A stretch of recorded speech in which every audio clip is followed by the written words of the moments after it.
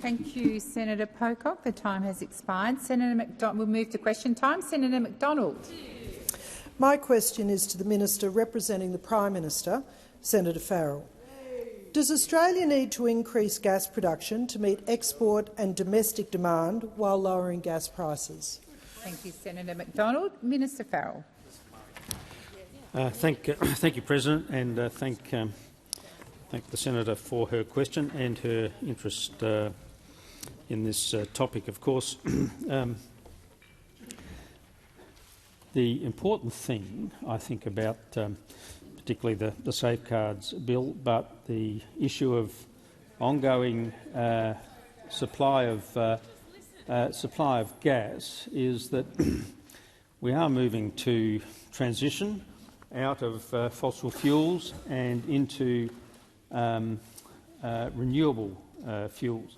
In fact, you'll have heard the Prime Minister say this week that he wants Australia to be a renewable superpower, renewable energy superpower. Minister Farrell, please resume your seat. Senator McDonald. Thank you. On relevance, I specifically asked about whether or not Australia needs to increase its gas production. Yes, thank you. I will direct the Minister to your question. Thank you, Senator McDonald. Minister Farrell. Thank you, President. So the really difficult thing here, Senator, is that you've got to ensure there's ongoing investment in gas production, particularly in this country, while you do that transition to renewables. Now, what might that transition look like? Well, it might be hydrogen. As you know, the South Australian government is leading the way. Farrell, please resume your seat. Senator McDonald. President, I don't have much time. Specifically on relevance, does Australia need to increase its gas production? Thank you, Senator McDonald. The Minister is being relevant to your question. Thank you, Minister Farrell. Thank you, President. And if you could just let me finish what I'm talking. Well, you might call it waffle, but it's an important issue because to get that transition from fossil fuel to renewable fuel, we have to ensure that there's continued investment in coal and gas, and it's the objective of this government to ensure that we. Thank you, Minister. The time for answering has expired. Senator McDonald, first supplementary. I'm going to have another go. By how much does Australia need to increase gas production to meet export and domestic demand while lowering gas prices? Thank you, Senator McDonald. Minister Farrell. Thank you, President, and thank the senator for her first supplementary question. Of course, between 2014 and 2021, East Coast gas production increased by 300%, and that's, of course, despite problems like access to the Narrabri gas supplies. Despite supply going up significantly, the prices paid by Australian households and Australian industry also went up by 420% in real terms. Yeah, 420%, Senator Pratt, over that same period of time. The former government, that's the government that you were. Minister Farrell, please resume your seat. Senator McDonald. President, on relevance, what is the increase that is required? The Minister is addressing your question. I'll refer him to the latter part of your question, which was about prices. Minister Farrell. Thank you, President. Now, the former government was warned on at least a dozen. Well, you can't understand. Thank you, Minister. The time for answering has expired. Senator McDonald, second supplementary. Given the ACCC and the Australian Energy Market Operator have identified a need to increase gas production, what government policies, inclusive of the proposed safeguard mechanism, will deliver the required increase in gas production? Thank you, Senator McDonald. Minister Farrell. Well, in my first answer, Senator, thank you, President, for that, and thank the Senator for her second supplementary question. I've explained to you in my first answer, Senator, that the trick here is to ensure that there's sufficient investment in gas and coal to allow for the whole of government. Resume your seat. I have a Senator. Minister Farrell, resume your seat. Resume your seat. I have a senator on her feet, Senator McDonald. President, no tricks. What is the government's policies to provide for increased gas production? Thank you, Senator McDonald, and I'll again draw the minister to your question. Minister Farrell.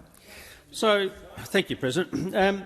Unlike the former government, we've got a rounded policy to ensure, firstly, that we secure our electricity supplies in this country, including putting down, as I've spoken many times, including putting downward pressure on electricity prices, but ensuring that all of our investment policies are directed to making that transition that even Thank your you, government— Minister. The time for answering has expired. Senator Grogan. Thank you, President. My question is to the Minister representing the Minister for Climate Change and Energy, Senator Gallagher.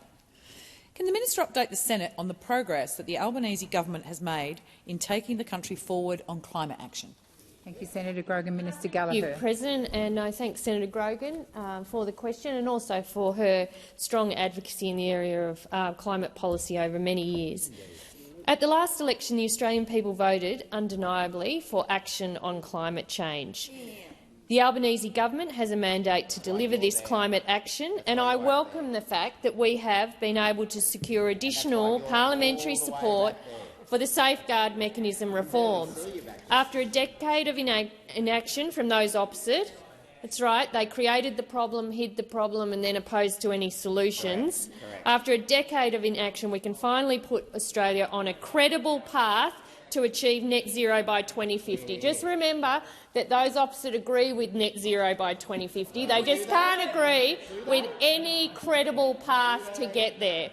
The Safeguard Mechanism, as agreed by a majority of this chamber later this week, and we are deeply appreciative of the work that has gone in from crossbench members in working with us, including the Greens Party and Senator Pocock, Senators Lambie, Tyrrell and Senator Thorpe, who have worked collegiately, as is required by this chamber, to land in a sensible outcome. And it really is for those opposite to explain why they dealt themselves out at the earliest opportunity without even having a discussion.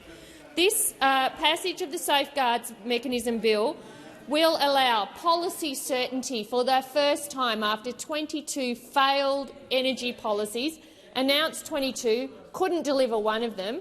Business and investors have been after this policy certainty for some time. The jobs, the new industries and the opportunities that will come from having a credible path to net zero should not be underestimated by this chamber, and I thank those who have engaged willingly with the government on these negotiations. Thank you, Minister. Senator Grogan, first supplementary.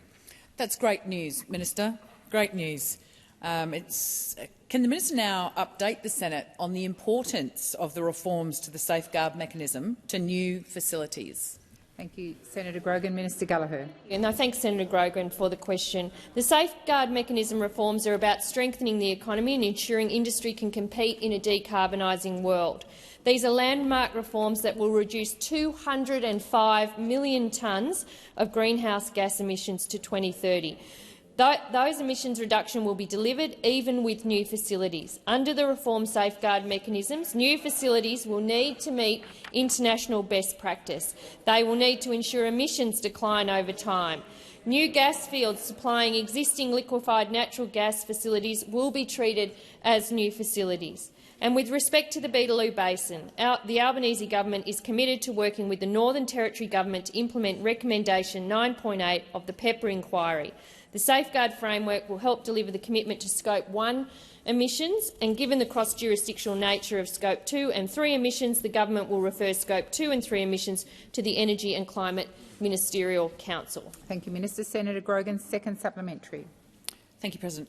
Can the minister tell us what the reaction has been from business, climate and industry groups to the confirmation of parliamentary support for the Safeguard Reform Mechanism? Thank you, Minister Gallagher. Thank you, President, and I thank Senator Grogan for the supplementary. And yes, I can.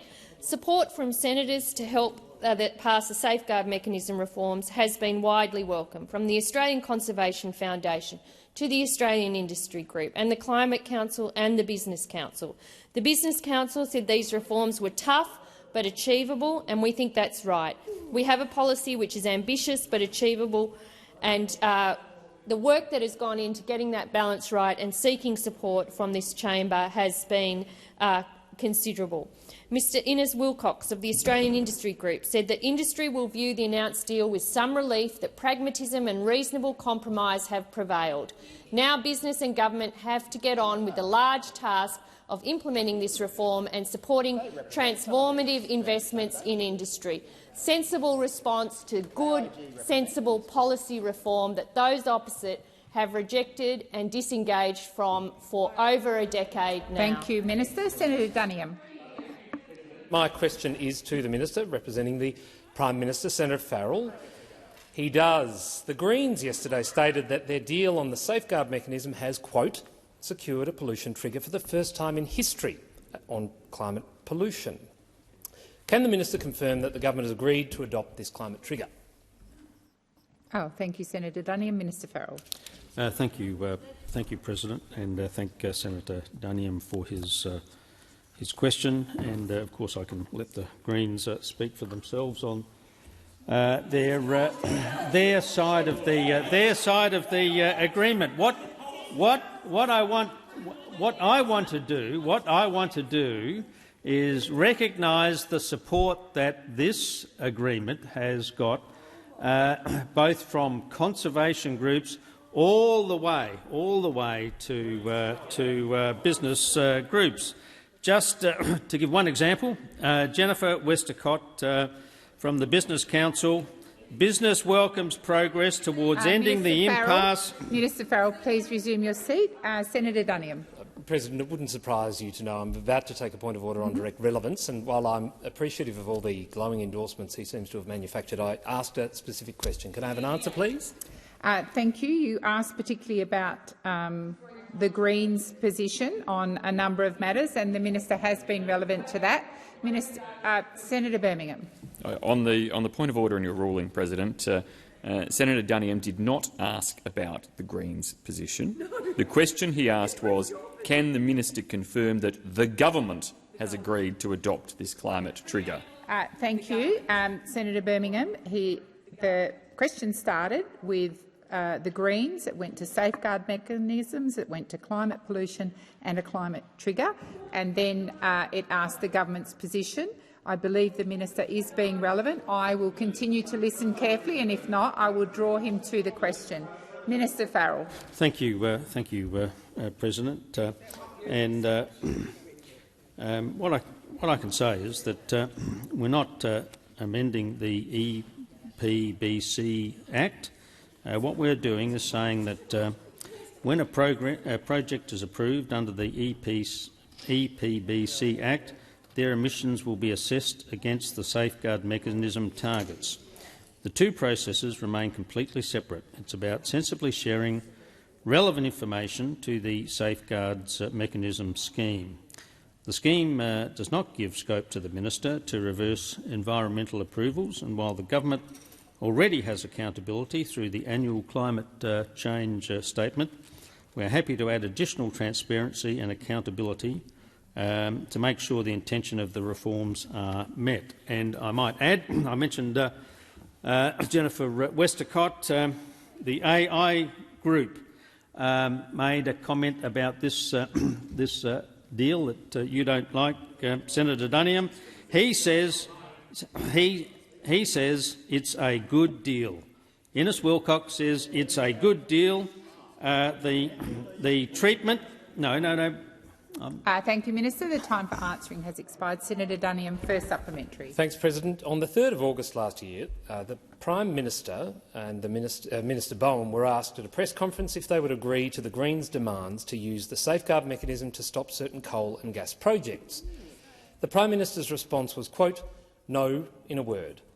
Minister, why did the Prime Minister say one thing about this issue and then do completely the opposite? Thank you, Senator Duniam. Minister Farrell. Thank you, President, and thank Senator Duniam for his first question.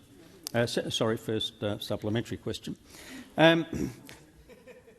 The opposition have only got themselves to blame for the position that they now find themselves in. They purport to be a party of government. They went to the last election with a policy of net zero by 2050. We're progressing that because we also took that policy to the people. We're progressing that, and at every point in the process, the opposition is opposed to trying to deal with this issue of decarbonising our economy. We haven't heard a single word from the opposition about how they intend to decarbonise the economy. Thank you, Minister. The time for answering has expired. Senator Duniam, second supplementary. Indeed, thank you, President. On the 6th of September 2021, Mr Albanese said that if the Labor Party won office at the next federal election, quote, "We will be supporting our own policies going forward at the election. We won't be in a circumstance whereby any minor party tells us what to do." In signing up to a dirty deal with the Greens on the safeguard mechanism, why has the Albanese government once again broken a promise that Mr Albanese made directly to the Australian people? Why? Order, order, order, order. Minister Gallagher, order. Minister Farrell. Full of questions now. Thank you, President, and thank Senator Duniam for his second supplementary question. Now, look, last week we had the opportunity to deal with the referendum machinery bill, and to the credit of Senator Hume, the leader, Mr Dutton, you engaged in that process. You engaged in that process, and as a result, you were participants in that process. Now, what you haven't done— Minister Farrell, please resume your seat. Senator Duniam. President, direct relevance. I asked him why they broke a promise. Could he tell us why? Thank you, Senator Duniam. I will direct the minister to your whole question, Minister. Thank you, President. Thank you, President. Now, you had an opportunity. You had an opportunity this week. You had an opportunity this week to engage in the process. You took the decision. You took the decision to deal yourself out of that process. And if you continue to do that, for the rest of the term, you will be even more irrelevant than you are right now. Minister Farrell, the time has expired. Order on both sides of the chamber. Order. Senator Rice. Thank you, President. My question is to Senator Watt, the Minister for Agriculture and Forestry. Firstly, I seek leave to table a photo of a Tasmanian devil that was burnt to death in a post-logging fire. That is a deliberate fire that burns what remains of native forest after logging. Thank you, Senator Rice. I'll see if leave is granted.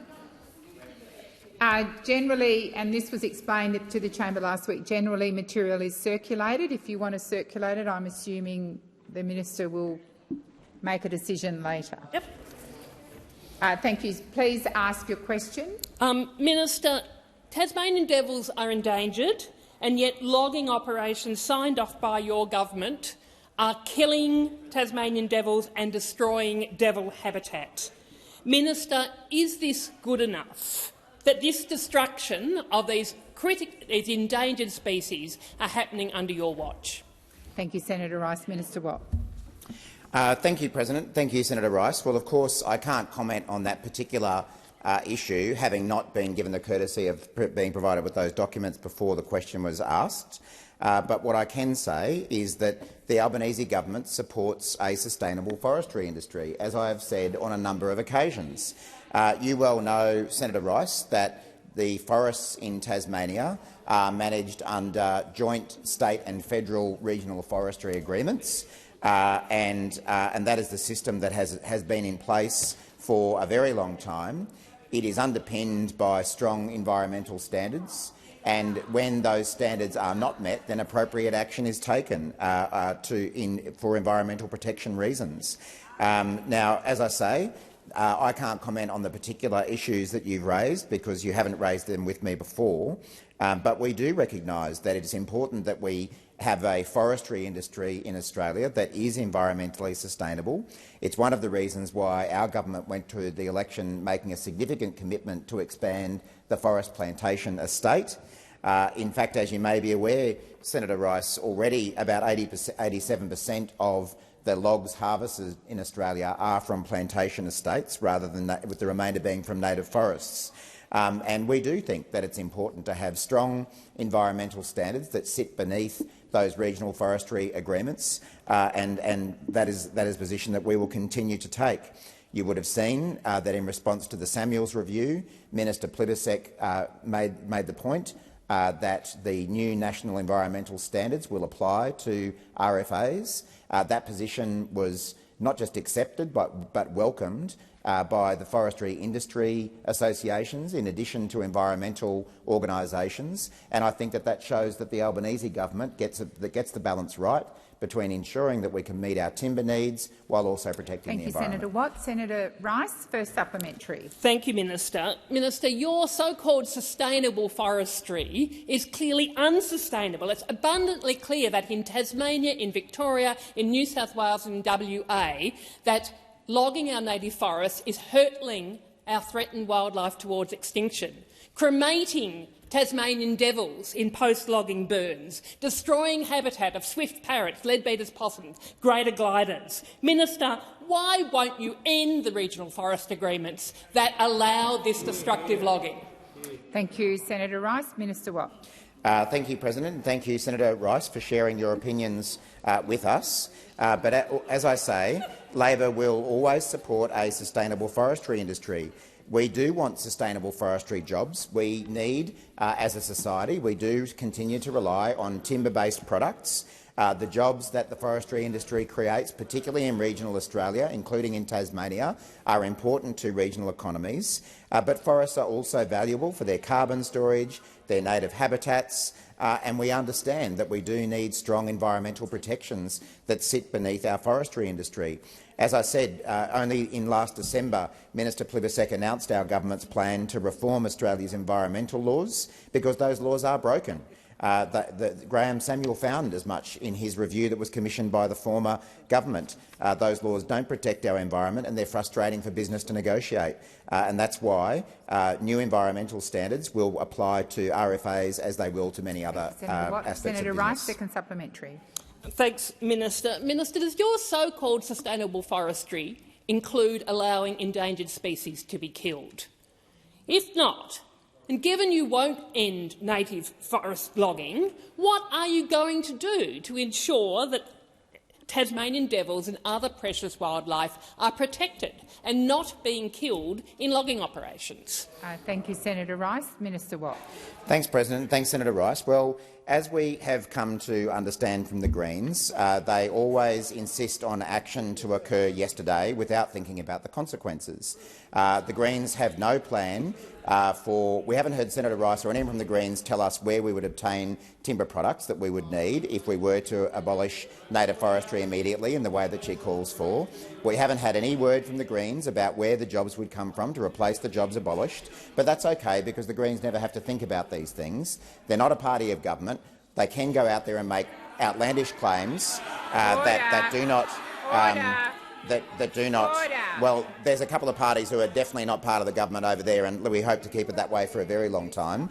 But the Greens don't have to think about these issues. What Labor is trying to do as a party of government is get the balance right between ensuring we have the timber that we need, ensuring that regional communities are supported by jobs, while also having strong environmental protections in place. Thank you, Minister. Senator Walsh. Thank you, President. My question is to the Minister for Finance, Senator Gallagher.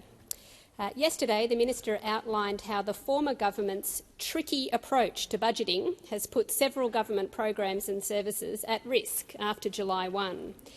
Can the minister update the Senate on how the former coalition government's budget would have impacted the national institutions here in the capital, which house and protect our national stories and culture? Minister Gallagher. Thank you, President. I thank Senator Walsh for her question and, again, for her support for important national cultural institutions here in the Territory that, as Senator Walsh said, house and protect our national stories and culture. Labor's budget in October last year was the first step in cleaning up the budget mess that had been left behind by the former government. A mess left by a tricky former government that deceptively trapped the budget with $4.1 billion worth of fiscal traps and funding cliffs for essential programs and zombie measures. Since then, we've only uncovered more evidence of these traps, these funding cliffs for programs that Australians rely on and treasure. We've also uncovered chronic underinvestment in the key cultural institutions that Australians treasure and are actually crumbling around us, literally crumbling. And those opposite did nothing. Those collecting institutions are there to make sure that the most precious items of the Australian story are kept safe, are kept publicly available and are kept safe forever. But the previous government did not intend to keep these precious items safe or intact forever. The previous government only intended to care for them until June the 30th this year. What did they then do after that, I wonder? Just let the gallery sink into the lake, let the tarp on the roof of the gallery just stay there forever flapping in the breeze, on the library, I should say. Additional funding runs out for the Maritime Museum on the 30th of June, for the Portrait Gallery on the 30th of June, for the National Museum on the 30th of June, for the Bundanoon Trust on the 30th of June, for the National Film and Sound Archive on the 30th of June, for the National Gallery on the 30th of June, for the National Library on the 30th of June and for Old Parliament House on the 30th of June. And then we have other programs which I no doubt will come to in my next answer to one of Senator Walsh's excellent questions. Senator Walsh, first supplementary. Order on my left. Senator Walsh. Thank you, President. And I was very pleased to visit the National Library with Senator White, who took a group of us there last Monday. It is truly amazing. Minister, how would the former government's tricky approach to budgeting have put Australia's online treasure trove at risk? Thank you, Senator Walsh. Minister Gallagher. Thank you, President. I thank Senator Walsh for her advocacy for Trove, and it is a program that I have received significant representations on since taking on the role of the Finance Minister. Trove is one of the Australian Government's most visited online services, with more than 50,000 visits a day, and yet again, like the list that I went through before, was chronically starved of funds by the Coalition. Australians from every state and territory use Trove to research and find their family history, and it's a tool that helps Australians to get to know themselves better. But not only does Trove attract more than 50,000 visits a day, it's got over 1,500 digitised newspaper titles and 900 partner institutions. But under the Coalition's proposal, their arrangements, it would run out of funding on the 30th of June this year, leaving thousands of Australians unable to research family history, undertake that important work, a job. But this is what we are uncovering line by line as we work through the former government's budget. Order across the chamber. Senator McAllister. Senator Walsh, second supplementary. Minister, as more Australians operate their daily lives online, the role of the e-Safety Commissioner is becoming even more crucial.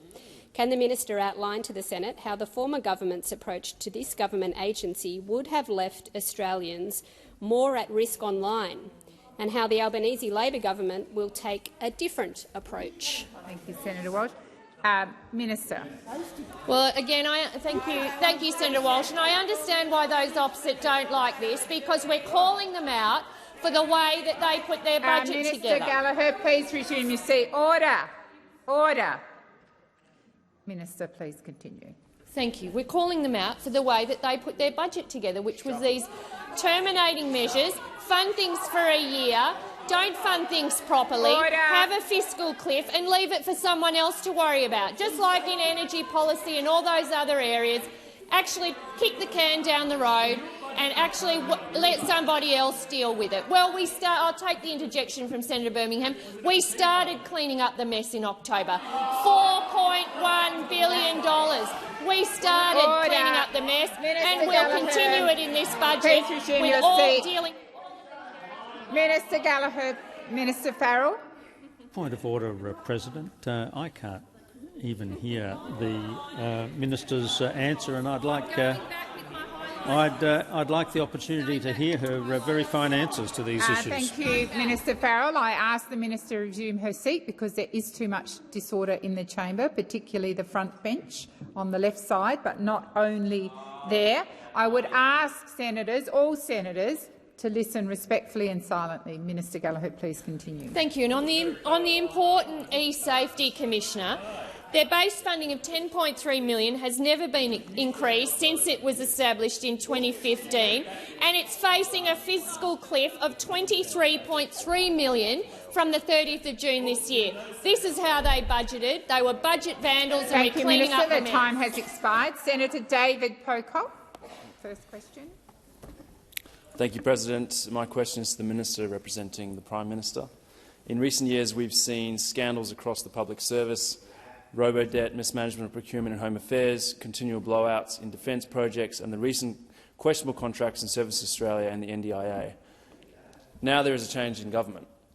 Is this government, and please for the answer, this government, not the last government, satisfied that the ANAO has an adequate budget to ensure Commonwealth departments operating legally and ethically? Thank you, Senator Pocock. Minister Farrell.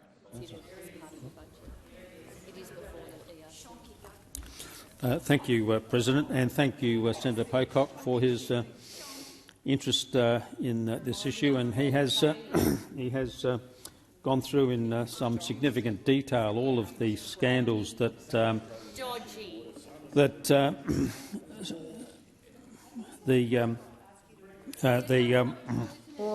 all of the scandals that beset the previous government. Of course, the budget for the ANOA, of course, ANAO is going to be the subject of budget discussions, and of course, you'll know in a very short period of time what the budget position will be for all of these organisations. But can I say I've had some dealings with the organisation, and of course we saw through the Sports Rorts organisation the good work that they did.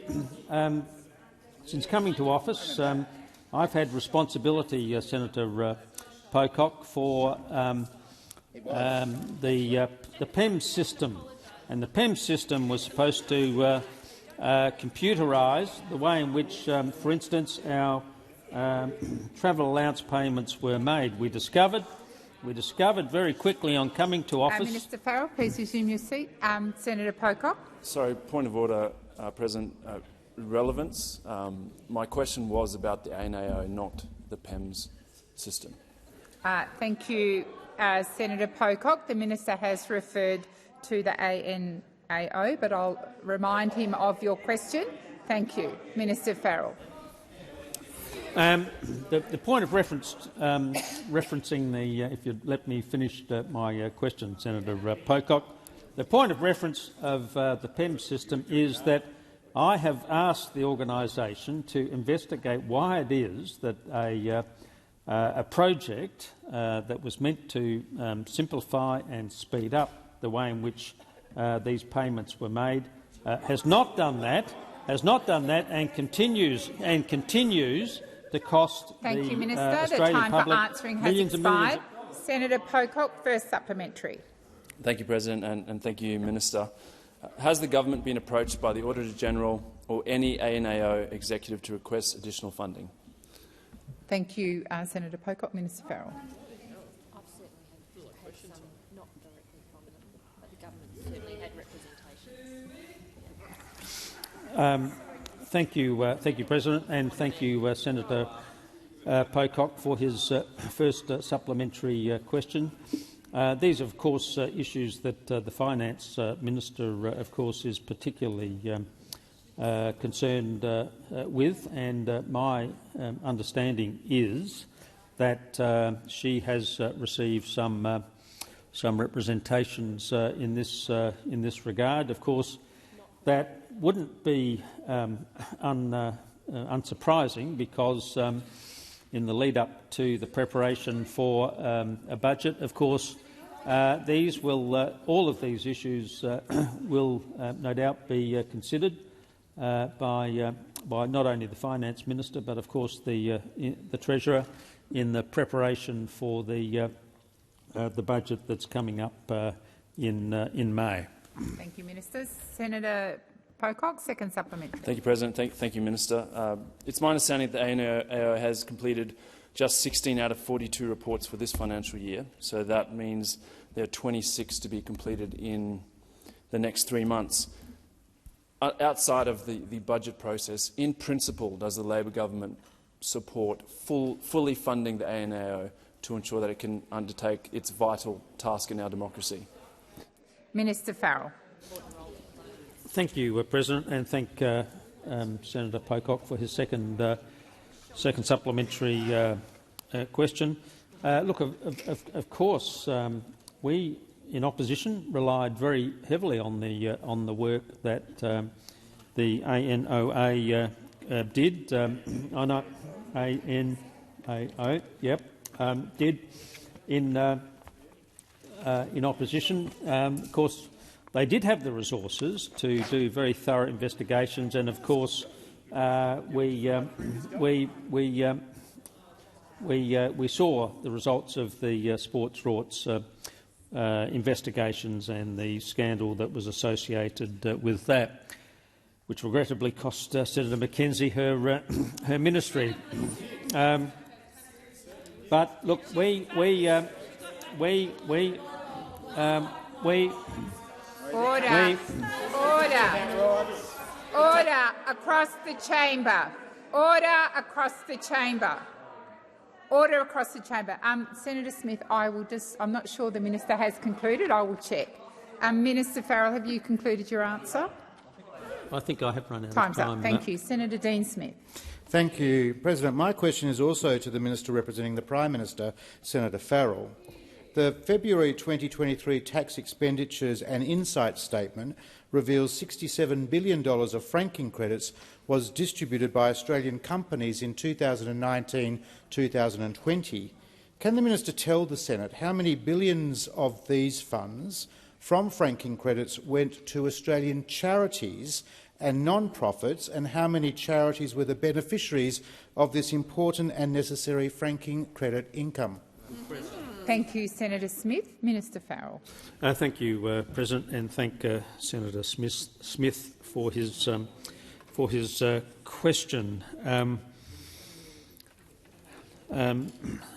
I personally don't have the breakdown of franking credits that went to the organisations that you referred to. But I am happy to make some inquiries to see whether or not that information can be broken down or does exist in some place, so that I can come back to you with an appropriate answer to your question. Thank you, Minister Farrell. Senator Smith, first supplementary. First supplementary indeed. Can the Minister explain to the Senate then how the government's changes to franking credits will apply to the income-earning investment of charities? Minister Farrell. Thank you, President, and thank Senator Smith for his first supplementary question. My understanding of this issue is that there is no change, but I will follow that up with the Finance Minister to confirm that is the case. I do say I do say this, that given that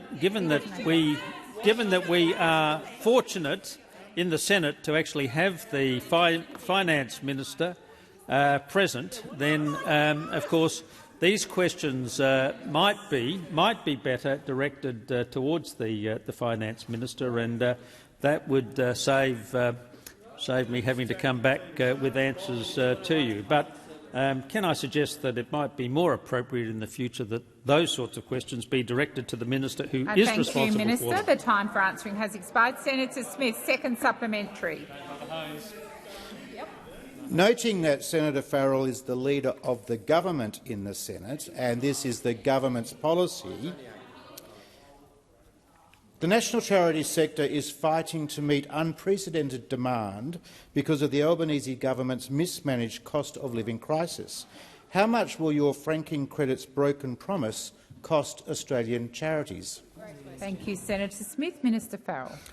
Thank you, President, and thank Senator Smith for his second supplementary question. I completely reject the accusation in your question that the issues that charities are dealing with at the moment have anything to do with the policies of the Labor government. It's this Labor government that's putting that downward pressure on the cost of living. How many times in the last week and a half?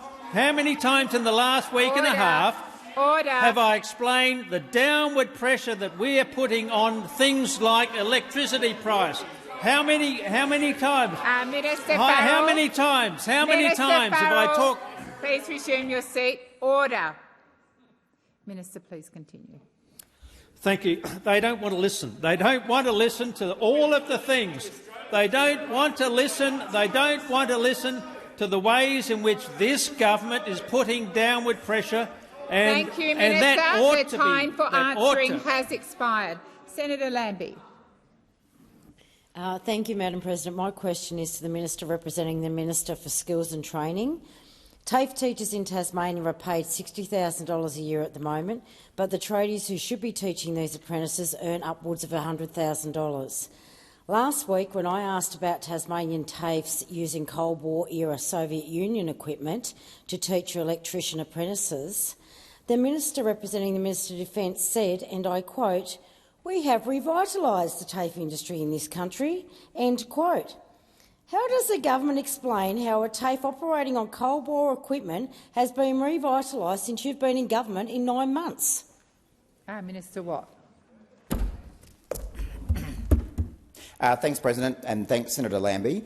I can assure you, Senator Lambie, that in the Albanese government you have a government that is an incredibly strong supporter of our TAFE system.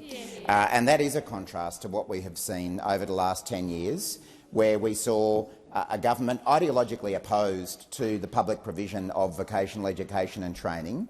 And if you needed any evidence of that, all you needed to do was look at I think it was $4 billion that was ripped out of the TAFE system by the former government until just before the election they realised they had a political problem and started throwing a few extra dollars at it. So there is no doubt that in your home state of Tasmania, in my home state of Queensland and in every state and territory across the country, our TAFE system has paid the price for being starved of resources for nearly 10 years by a Liberal and National government that was ideologically opposed to it. And I take the interjection from I'm not quite which saw opposition senator trying to blame state governments. Well, you'd be talking about a Liberal state government in Tasmania, so I'm not quite sure how that helps your argument. But Senator Lambie, I agree with you that our TAFEs do need more investment. On my left. They do need more investment when it comes to capital equipment. They do need more investment when it comes to teachers' wages. They do need more investment when it comes to places for TAFE, and that's exactly why the Albanese government went to the election with a commitment to do so. And I think it was out of the Jobs and Skills Summit, we committed to provide 180,000 new fee-free TAFE places in skills that are in demand. I'm sure a considerable portion of them flow to your state of Tasmania, but this is an ongoing job. Again, unfortunately, this is one of the various messes that we have inherited from the former government. It will take time to repair, but at least we now have a government in Australia that is philosophically committed to our TAFE system and making it the centre of our vocational education and training system. Thank you, Minister. Senator Lambie, first supplementary. Thank you, Madam President. Don't worry, I'm coming for the Tasmanian State Government over this. Due to significant cuts by the previous government, Australia has lost the capacity to train apprentices. We all know that. Every year we've had fewer and fewer apprentices entering the workforce. Electrical apprentices in Tasmania are practising wiring equipment that isn't up to code. How does this government hope to achieve its housing policy and build much-needed homes in Tasmanians with so few apprentices in the construction industry? Thank you, Senator Lambie. Minister Watt. Thank you, President. Thanks, Senator Lambie. And again, Senator Lambie, I agree that our TAFE system has been starved of resources for far too long, and that this is something that we do need the current federal government to be committed to, which is exactly what we are. I might say, Senator Lambie, I have a personal interest in this now, with having a Year 11 son who's undertaking a school-based apprenticeship in the construction trades, and I want to make sure that he gets the same sort of opportunities that you're looking for kids in Tasmania to get as well when they're considering trade careers. As I mentioned, our government is investing significantly in the VET and TAFE system. In fact, we're investing $921.7 million over 5 years from 2022-23 to strengthen our VET system and address skill shortages. That includes $864.6 million over 5 years to provide the fee-free TAFE places that I was talking about, as well as significant funding in infrastructure and technology to support our TAFEs as well. Thank you, Minister. Senator Lambie, second supplementary. Thank you, Madam President. I was just wondering if you could tell me how much money, if you have passed over any money to the state of Tasmania since you have been in government, how much has actually been allocated to our TAFE system for its revitalisation, and how much money has actually been spent, if you know that. Thank you. Thank you, Senator Lambie. Thanks, Senator Lambie. I might need to come back to you with the precise figures, but what I do have to hand is the funding that's being provided to each state and territory under the new 12-month National Skills Agreement that we negotiated with the states and territories last year. The figures that I have here are that for that 12-month agreement, the Commonwealth contribution to Tasmania is $13.5 million. The bulk of that is in those fee-free TAFE places. I'm pretty sure, Senator Lambie, that this would be the new funding that's being provided in addition to whatever existing funding there was in place. But $13.5 million in total from the Commonwealth, of which $9.9 million is for fee-free TAFE places, $0.5 million for student support, $0.6 million for data infrastructure, $2.5 million for the TAFE Tech Fund Tranche 1, and we would expect that as time goes on that additional funding will be increased because, as I've said, the Albanese government understands that the TAFE system is the centre of our training system. Thank you, Minister. The time has expired. Senator Polley, first question. President, my question is to the Minister for Trade and Tourism, Senator Farrell. The 2023 Why Australia report launched today reinforces why there's no better place in the world to do business than in Australia. How does the Australian government plan to attract further international investment, and will this investment create more Australian jobs? Thank you, Senator Polley. Minister Farrell. Thank you, President, and thank Senator Polley. This is the second question from Tasmanian Senator today, and I know you've got a great interest in this area. The Albanese government has a simple message for international investors: we are open for business. And today's release of the Why Australia report highlights this fact. Our strong economy, talented workforce, renewable energy resources and open trade and investment policies make Australia one of the best places to do business in the world. Australia's reputation as an open, stable and globally connected economy makes us a leading destination for innovative start-ups, research organisations and global investors. Investors are fuelling our growing technology sector, which is valued at over $167 billion, and the third largest contributing sector to our GDP. Our supportive innovation ecosystems help spawn incredible innovations like Google Maps, Wi-Fi, the Black Box flight recorder and, of course, the terrific cochlear implant. And our growing skilled workforce means Australia is in an ideal place for international companies to expand their operations. But our government wants to go even further. We have an ambitious plan to become a renewable energy superpower and a nation that makes things again. These plans will help attract even more international investment here to Australia. More high-quality international investments mean more and higher-paying jobs here in Australia, more jobs in the industries of the future and in regional Australia. Unlike the previous government, Australian jobs are a top priority for the Albanese Labor government. And I call on all of those opposite to support our legislation to strengthen the safeguards mechanism. Senator Polley, first supplementary. Yes, President. Minister, how has the last decade of policy uncertainty and inaction under the former Liberal National Government impacted international business investment in Australia? Thank you, Senator Polley. Minister Farrell.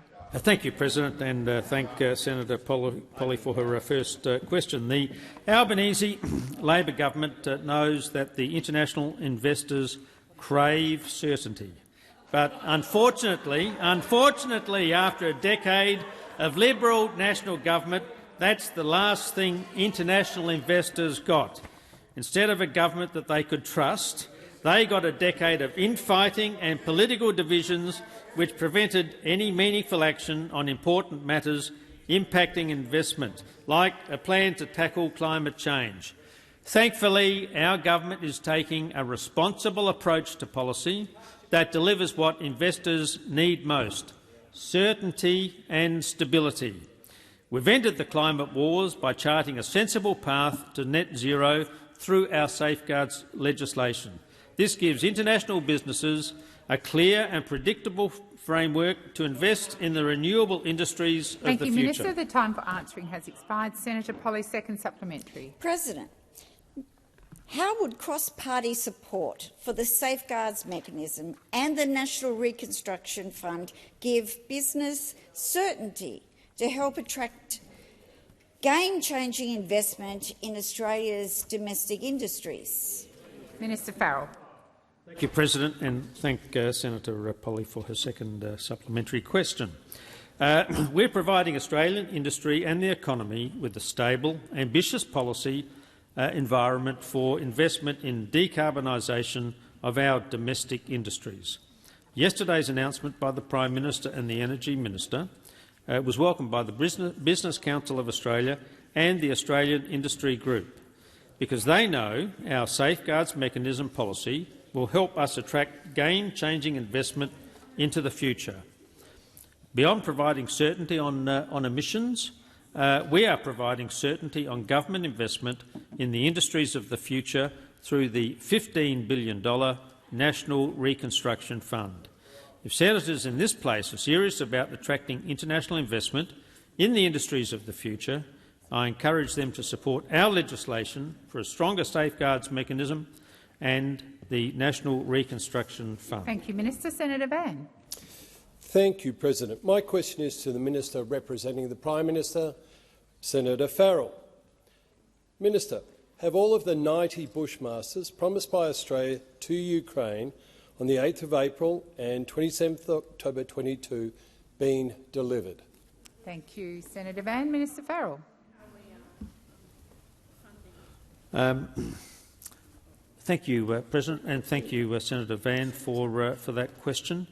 Off the top of my head, I don't know the answer to that question, but I will make some inquiries after question time with the Defence Minister to get a confirmation of where we are on that issue.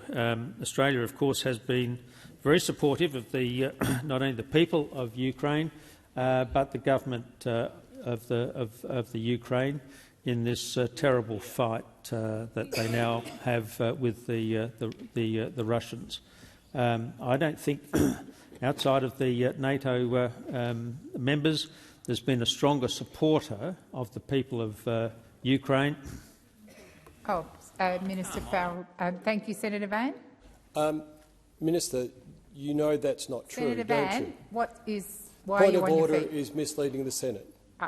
That's not a point of order, Senator Van. Please resume your seat. Minister, did you wish to continue? Yes, thank you, President.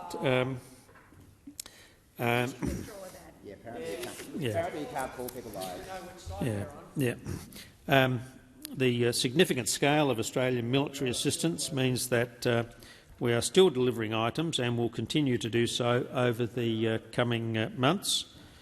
For context, the scale of our support includes over 100 vehicles and heavy artillery. We've already flown more than 30 C-17s and Ukrainian Antonovs flights with assistance from Australia.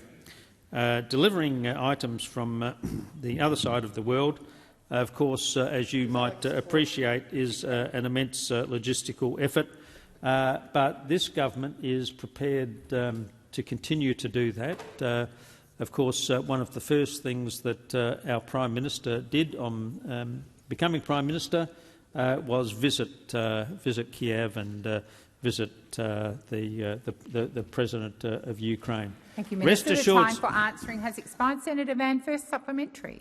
Minister, what promised Australian assistance, military assistance, for Ukraine remains outstanding? Thank you, Senator Van. Minister Farrell. Senator Van, I'm very happy to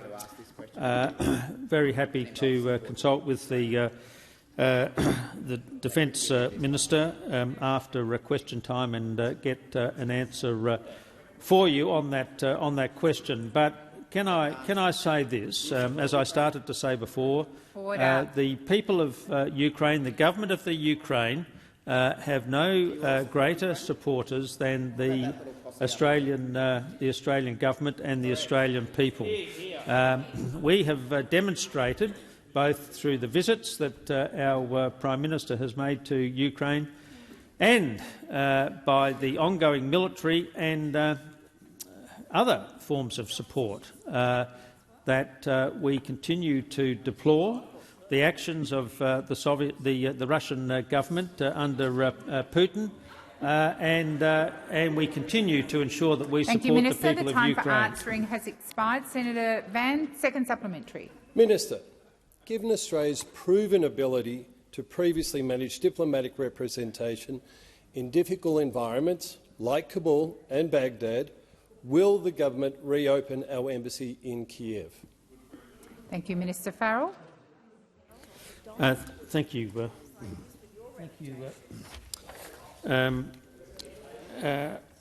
Thank you, President, and thank you, Van. The situation in Ukraine remains extremely complex and challenging. In light of rigorous safety and security assessments, the embassy continues to operate remotely from Warsaw. DFAT is keeping this decision under review. The embassy is managing Australia's interests effectively in Warsaw, including the provision of consular services. There's nothing that we will do that seeks to politically influence this decision. Thank you, Minister. Senator Ciccone. Thank you very much, President. My question is to the Minister for Agriculture, Fisheries and Forestries, Senator Watt. Minister, we know that low wages was a deliberate design feature of the previous Liberal government's economic architecture. But it also turns out that funding cliffs was also a design feature of the previous government. Order. Minister, could you please explain to the Senate why it is also important to provide long-term funding certainty for essential biosecurity services and how this protects our $76 billion agricultural export trade? Minister Watt. Thank you, President, and thank you very much, Senator Ciccone. Well, you would think that it goes without saying that providing funding certainty for essential government functions like biosecurity is a core government responsibility. And you would think that, and certainly the Albanese government gets that. We understand that you need to protect the Australian agriculture industry from biosecurity threats that could wipe out our production and exports and drive up grocery costs for Australians. And that's because we are a responsible government. Biosecurity is critical for the future of the regions and our $76 billion agricultural export trade. Strong biosecurity means our farmers can get their produce into overseas markets, building economic resilience and creating tens of thousands of jobs in our regions.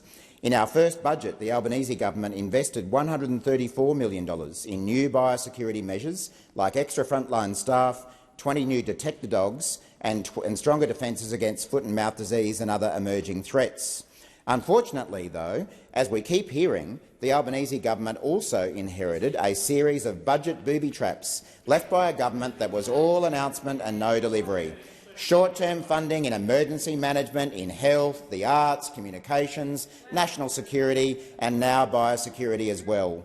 The Liberals and Nationals were addicted to announcing programs that they didn't get around to funding. As we keep hearing, their record of providing short-term funding for essential services like biosecurity was appalling. Because of the member for Maranoa's incompetence and Senator McKenzie before him, biosecurity funding falls off a cliff over the next 2 years.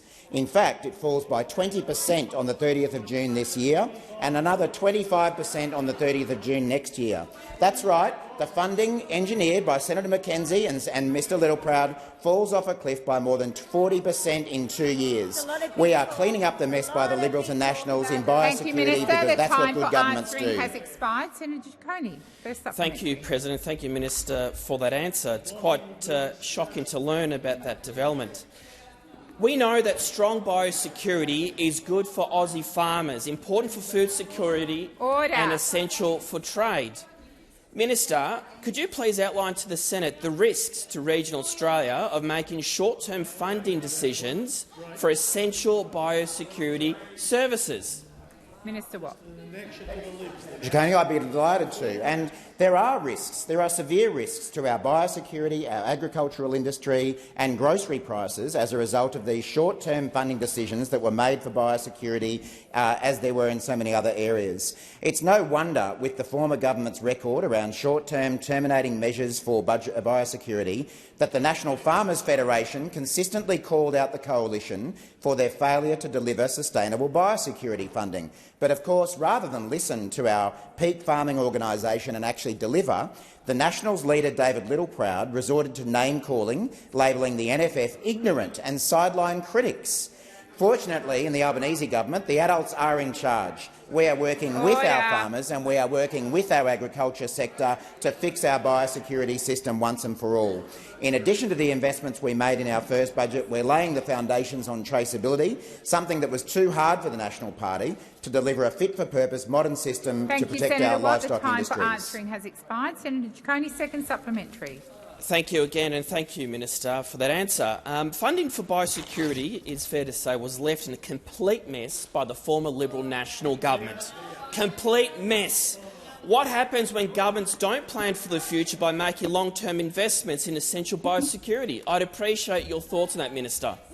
Minister Watt. Thank you, Senator Ciccone. And of course, we did begin the job of fixing up this mess in our October budget, but of course, it is so big that it's going to take even longer. Because we know that the Liberals and Nationals announced programs but didn't even fund them, even on issues important to their own constituencies. Minister Watt, please resume your seat. Order on my left. Minister Watt, please continue. President, the Liberals and Nationals announced programs but didn't even fund them, even on issues important to their own constituencies like biosecurity. And when you don't make long-term biosecurity investments, you leave Australia's farmers and our agriculture industry at risk. Senator McGrath. Now, I was very noticed and I was very concerned to read an article just this week or in the last few days from ABC reporter Kath Sullivan, which reported that Australia's sniffer dogs haven't been sniffing for queen bees and were not on the beat when the deadly varroa mite arrived last year. Now, why would that be? Well, you go on to read in the article for several years the then government had stopped training sniffer dogs to detect queen bees that might carry the varroa mite. That is the legacy of the coalition government. That is the risk that they were prepared to put biosecurity to because of this terminating measures that we are having to fix up. Your time has expired. Senator Farrell. Thank you, President. I regrettably ask that further questions be placed on the notice paper.